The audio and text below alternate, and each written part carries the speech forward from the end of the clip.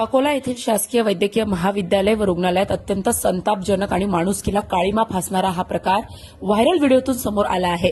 आजारी पतीला वाचवण्यासाठी एका हतबल आदिवासी महिलेला चक्क आपल्या पाठीवर घेऊन रुग्णालयाच्या विविध विभागांमध्ये पायपीट करावी लागल्याची धक्कादायक घटना उघडकीस आली आहे। या घटनेमुळे संपूर्ण महाराष्ट्रात तीव्र संताप व्यक्त केला जात आहे। रुग्णालयातील हा अंगावर काटा आणणारा आणि आरोग्य व्यवस्थेचे वाभाडे काढणारा प्रकार अकोल्यातील सामाजिक कार्यकर्त्या अनुराधा नाठे यांच्या नजरेस पडला।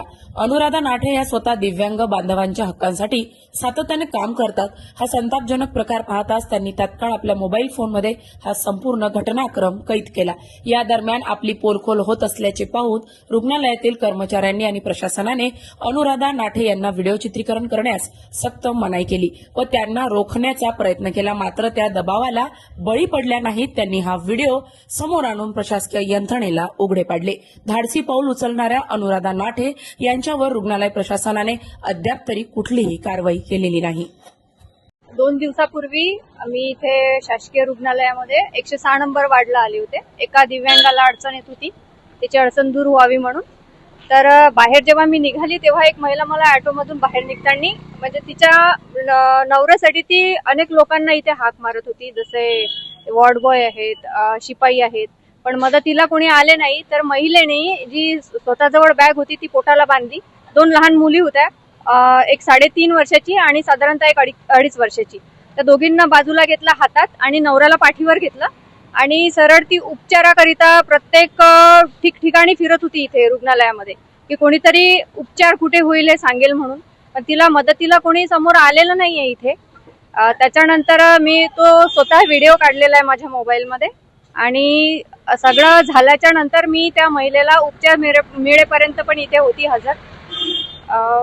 ह्या सगळ्या गोष्टीतून मला एकच दिसते की जे लोक इथे कामाला आहेत, ज्या कंपनीने ज्यांना कॉन्ट्रॅक्ट दिलेला आहे, इथे व्यसन करतात, काम करतात, नाही करतात, त्याची दखल यांनी घ्यावी आणि जे आमदार, खासदार, स्थानिक इथे पदाधिकारी आहेत त्यांनी या गोष्टीची दखल घेतली पाहिजे।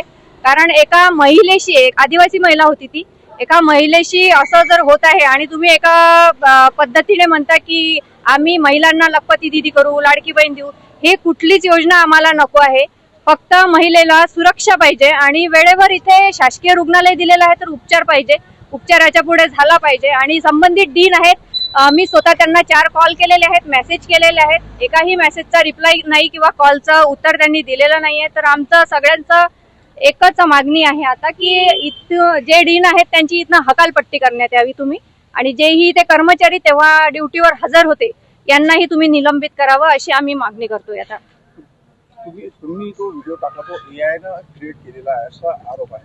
बिलकुल, हा माझ्या मोबाईलनी शूट केलेला स्वतः मी व्हिडिओ आहे। मी तो मोबाईल द्यायला सुद्धा तयार आहे आणि मी मेसेज आणि कॉल केलेला आहे ते सुद्धा माझ्याकडे हिस्ट्री आहे। तुमच्याकडे कारवाई झालेली आहे का या संदर्भात? नाही, अजिबात नाही।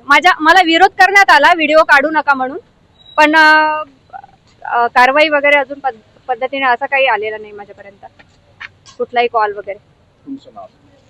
मी अनुराधा नाठे, विठ्ठल कथा फाउंडेशन आहे माझं आणि मी दिव्यांगांसाठी काम करते।